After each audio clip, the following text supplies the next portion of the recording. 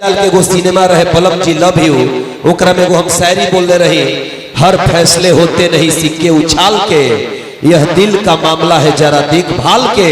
अब के मोबाइल के दौर के आशी को क्या पता, आपके जमाने में चिट्ठी में रख देते थे लोग कलेजा निकाल के।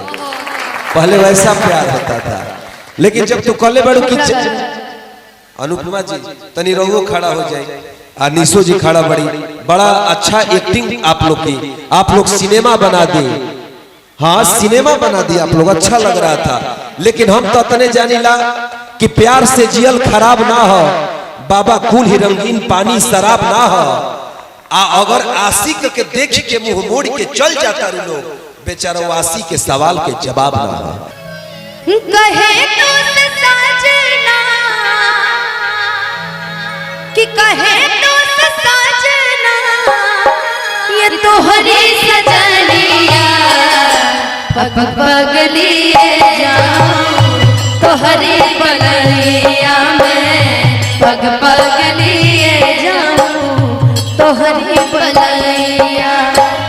कहे तो सजना कहे तो सजना ये तोहरी सजनिया पग पगलिए जाऊं तोहरी बगलिया में पग पगलिए जाऊं तोहरी बगलिया।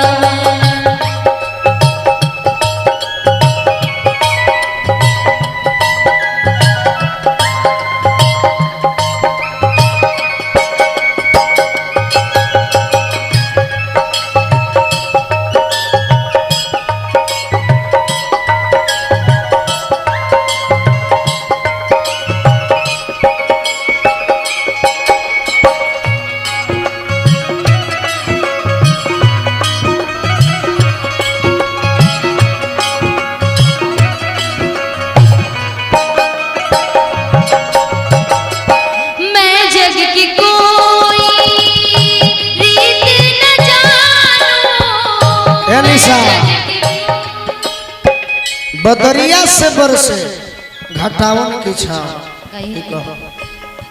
तारा खातिर फरमाइश है यार, पहला अंतरा दूसरा अंतरा है ये।